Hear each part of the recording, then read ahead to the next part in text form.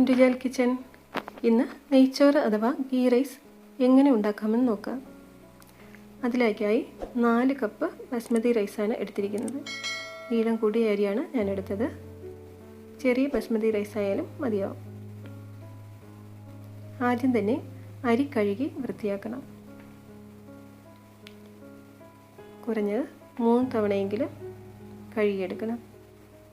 കൈകൊണ്ട് ഞെരടി അരി കഴുകിയെടുക്കുക.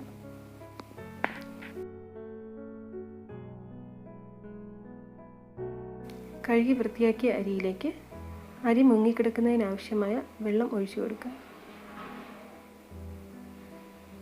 എന്നിട്ടത് 15 മുതൽ 20 മിനിറ്റ് വരെ കുതിർക്കാനായി മാറ്റിവെക്കുക.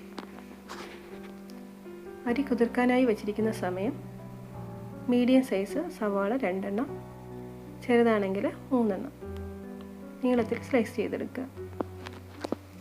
വളരെ തിന്നായിട്ട് വേണം സ്ലൈസ് ചെയ്തെടുക്കാൻ.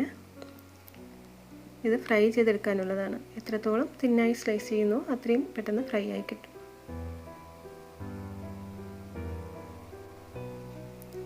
ശേഷം നെയ്ച്ചോറുണ്ടാക്കാൻ ഉദ്ദേശിക്കുന്ന ഒരു ചുവട് കട്ടിയുള്ള പാൻ അടുപ്പത്ത് വെച്ച് ചൂടാക്കുക.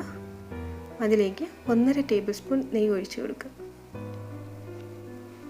നെയ്യ് ചൂടായി വരുമ്പോഴേക്കും നേരത്തെ സ്ലൈസ് ചെയ്ത് വെച്ചിരിക്കുന്ന സവാള ചേർത്ത് ഇളക്കി കൊടുക്കുക.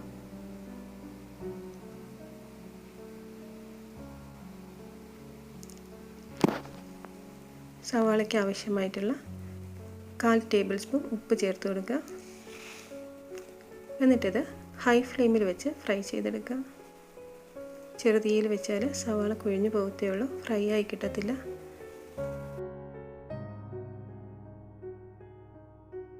സവാളയുടെ നിറം ചെറുതായി മാറി വരുമ്പോൾ ഒരു നുള്ള് പഞ്ചസാര ചേർത്ത് കൊടുക്കുക. പഞ്ചസാര ചേർക്കുമ്പോൾ സവാളയുടെ നിറം പെട്ടെന്ന് തന്നെ ബ്രൗൺ കളറായി വരുന്നതാണ്. ഈ ഒരു നിറമാകുമ്പോഴേക്കും ഫ്ലെയിം ഓഫ് ചെയ്ത് നമുക്ക് ഫ്രൈ ചെയ്ത സവാള വേറൊരു പാത്രത്തിലേക്ക് മാറ്റി കൊടുക്കാം.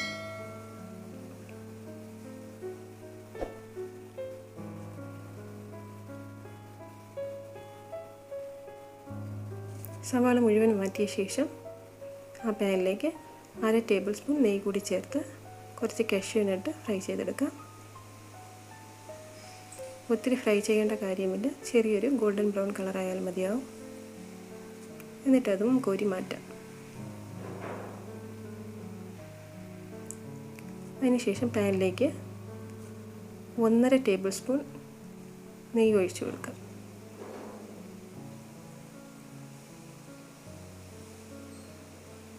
നെയ്യ് ചൂടായി വരുമ്പോൾ അതിലേക്ക് ഒരു സ്റ്റാർ അനീസ്, ഒരു ചെറിയ കഷ്ണം കറുവാപ്പട്ട എന്നിവ കൈകൊണ്ട് തന്നെ ക്രഷ് ചെയ്ത് ഇട്ട് കൊടുക്കുക. കൂട്ടത്തിൽ 3 ഏലക്ക, 2 വെളുത്തുള്ളി അല്ലി ചെറുതായി അരിഞ്ഞത്, 3 ഗ്രാമ്പു എന്നിവ കൂടെ ചേർത്ത് കൊടുക്കുക. വളരെ കുറച്ച് മസാലാസ് ചേർത്താൽ മതിയാകും. ഇത്രയും ഒന്ന് മൂപ്പിച്ച ശേഷം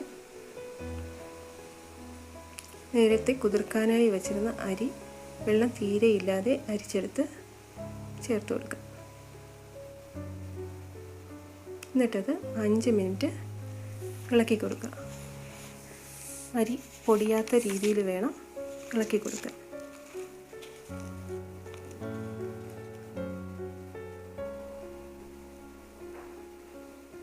എന്നിട്ടതിലേക്ക് അരി എടുത്ത കപ്പിന് 6 കപ്പ് വെള്ളം തിളപ്പിച്ചത് നല്ല ചൂടോടുകൂടെ തന്നെ ഒഴിച്ചു കൊടുക്കുക.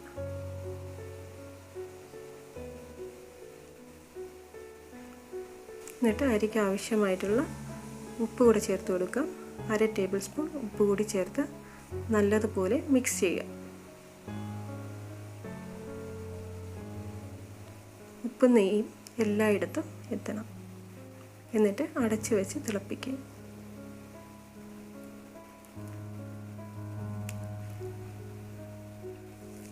തിളച്ച് വരുമ്പോൾ ഒന്നുകൂടെ ഒന്ന് മിക്സ് ചെയ്ത്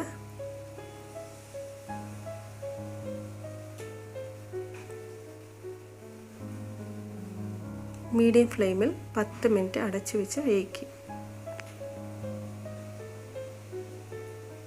10 മിനിറ്റ് വേവിക്കുമ്പോഴേക്കും വെള്ളം മൊത്തം വറ്റിയിട്ടുണ്ടാവും. കണ്ടോ, ഇതുപോലെ വെള്ളമെല്ലാം വറ്റിയിട്ടുണ്ടാവും.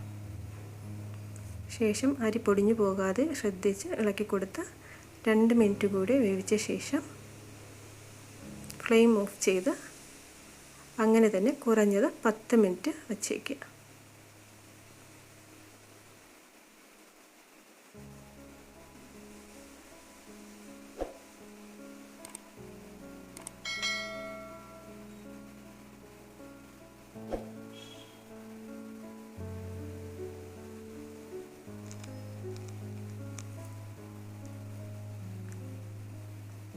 പത്ത് മിനിറ്റ് കുറഞ്ഞത് വെച്ചതിന് ശേഷം തുറന്ന് ഫ്രൈ ചെയ്ത് വെച്ച സവാളയും കാഷ്യൂനട്ടും കൊണ്ടൊന്ന് ഗാർണിഷ് ചെയ്ത് കൊടുക്കുക.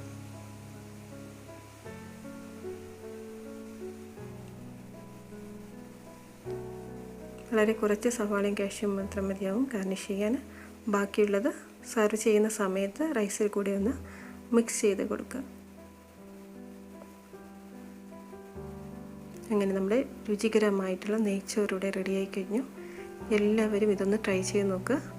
വീഡിയോ ഇഷ്ടപ്പെട്ടാൽ ലൈക്ക് ചെയ്യുക, ഷെയർ ചെയ്യുക, സബ്സ്ക്രൈബ് ചെയ്യുക. Thank you.